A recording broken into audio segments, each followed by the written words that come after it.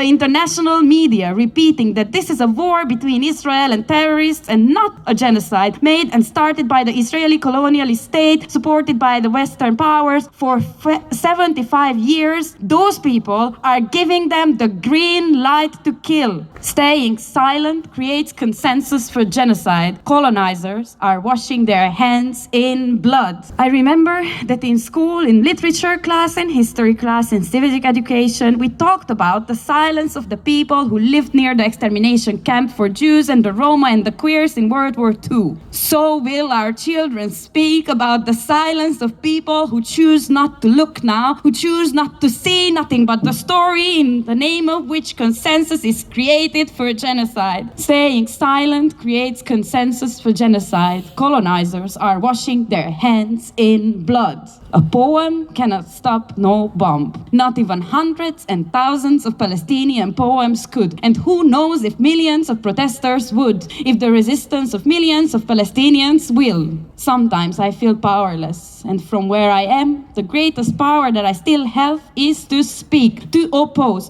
to protest, to not give my consent to genocide.